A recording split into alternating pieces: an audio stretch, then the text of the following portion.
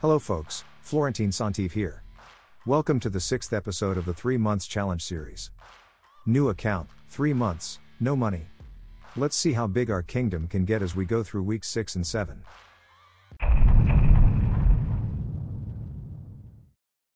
Things have slowed down significantly now because we have entered the mid-game phase. Gold is no longer an issue, we instead are struggling to get heroes and investiture material.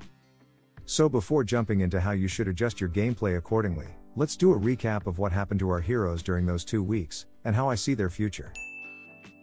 I unlocked 3 new heroes, putting my hero count up to 39 at the end of week 7.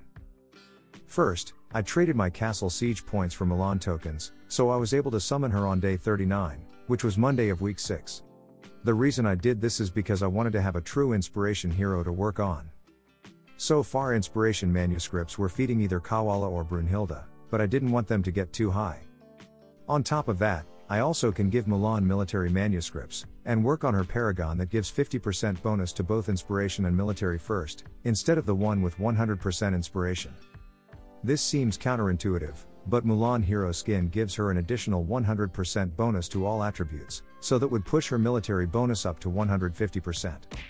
I know I'm really far from that now, but this is my long-term plan and this Milan skin is the reason why I'm saving my gems. It is my top priority.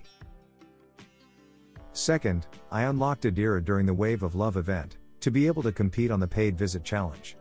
Paying her 20 visits costed me 2,100 gems but was enough to secure a top 20 finish. She is yet another all-around hero, and will be part of my wall eventually, but I'm not in a hurry to build her. Good thing is that she can eat quality scrolls 1 for good results, but I only have 6 extra bows so that's 3 paragon levels. Still a lot of work to do to make her good. And finally, I decided to gamble my recruitment cards of said Wave of Love event. I opened 30 cards and unlocked Nevsky. That's not great, but at least he starts with 45 base quality, so I can leave him here for now. Everybody is at least level 300, with 4 heroes at 350. I blued Percival a while ago, and I had enough material to push 3 more. I went for my heroic maidens and chose Brunhilde, Kawala, and Mulan. I hesitated with Roland as well, but ultimately I think Mulan will get stronger than him. Here is a recap of my lineup at the end of week 7. How do I keep going from here? First, we need to build a decent wall for tourney. I have to get 12 strong heroes. So far we have 8 decent heroes, 4 legendary heroes, 1 round table hero and 3 heroic maidens. As said earlier, eventually Adira will get there too, leaving up 3 spots to be taken.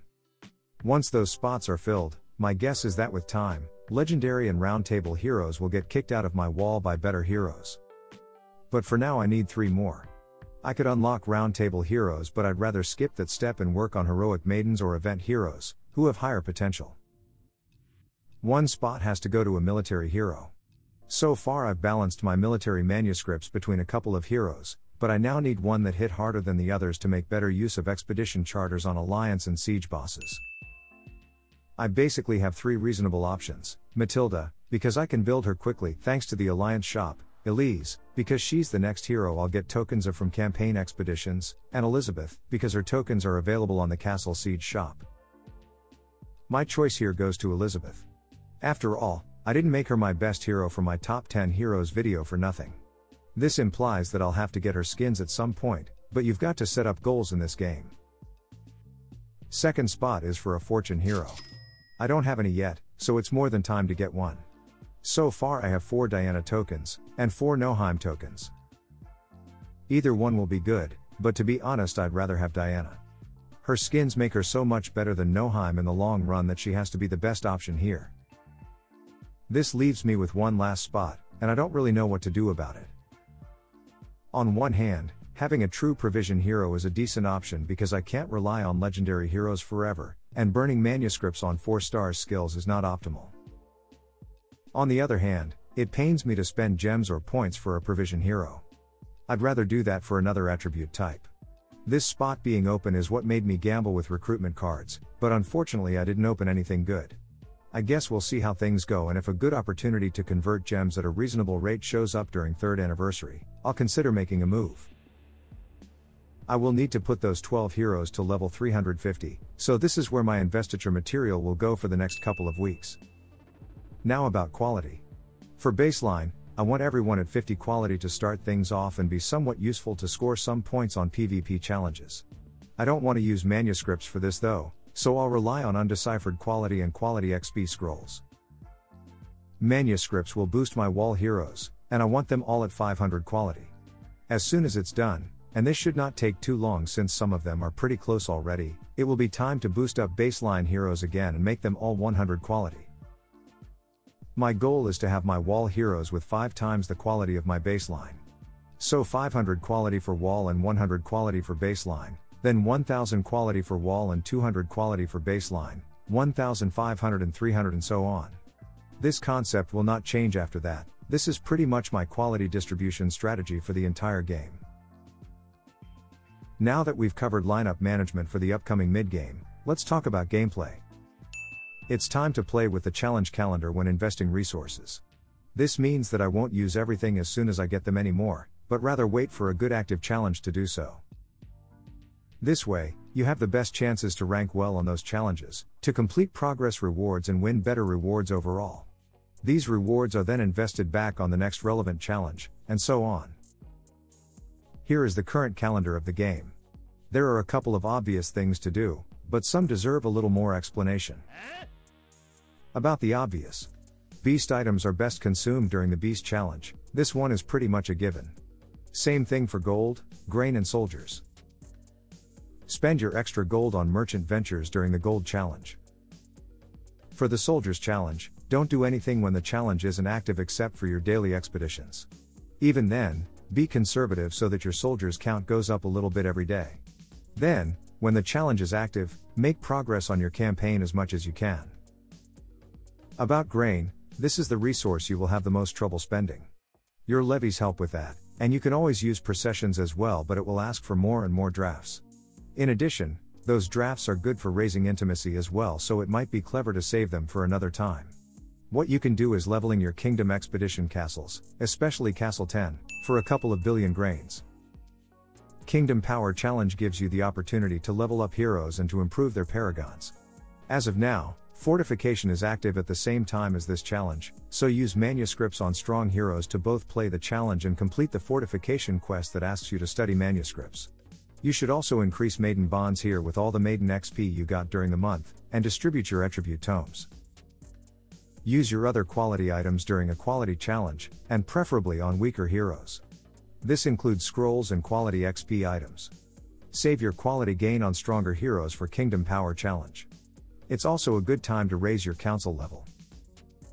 Use your stamina drafts during Increase Maiden XP Challenge, and your energy drafts during Raise Children Challenge. Work on them together, and it's probably the best time to use your server rankings points on a romantic evening buff. Until this month it lined up perfectly well with the Wave of Love event because we had a random visit mini challenge active at the same time of the Maiden XP challenge. But developers delaying the Wave of Love event by a week destroyed that synergy. You now have to choose between the two for your stamina drafts. I'd say a split is probably the most efficient way, unless you either really want to go for the challenge title or to push harder on the Wave of Love event. Intimacy items should be spent during the Intimacy Challenge that is active at the same time as Wave of Love, because this event has really interesting quests asking you to raise Intimacy and Charm. Unfortunately, for Charm, you will again have to choose between the event and the challenge because they don't line up. And finally, for Feast Challenge, remember to open a great feast beforehand so that it ends up at the beginning of day 1. You will then be able to open a small one that will finish before the challenge to give you maximum chances to rank well. Saving your resources means that once your daily routine is done, you're left with little things to do aside from playing events.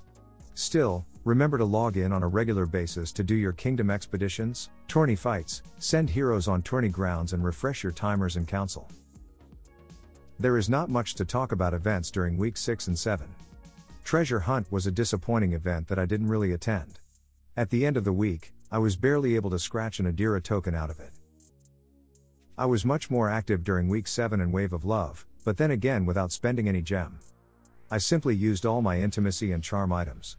I was planning to spend all my stamina drafts as well, but I quickly gave up because it's just too much of an hassle as VIP 0. The new skip animation feature is a godsend though. It will allow me to spend them all on the next one. I'm so happy about it. In the end, I could buy 6 Milan tokens on the Wave of Love shop. Pretty good for no gems spent. I won't go into more details for these weeks. Fortunately, we will have more to talk about in the next episode as the 3rd anniversary month is about to start. With around 16k gems saved, I'm hoping to make a move if these events offer good trade-offs, as I really need to start building new heroes. Will it happen right away? I guess you will find out in the next episode. Until then, bye bye.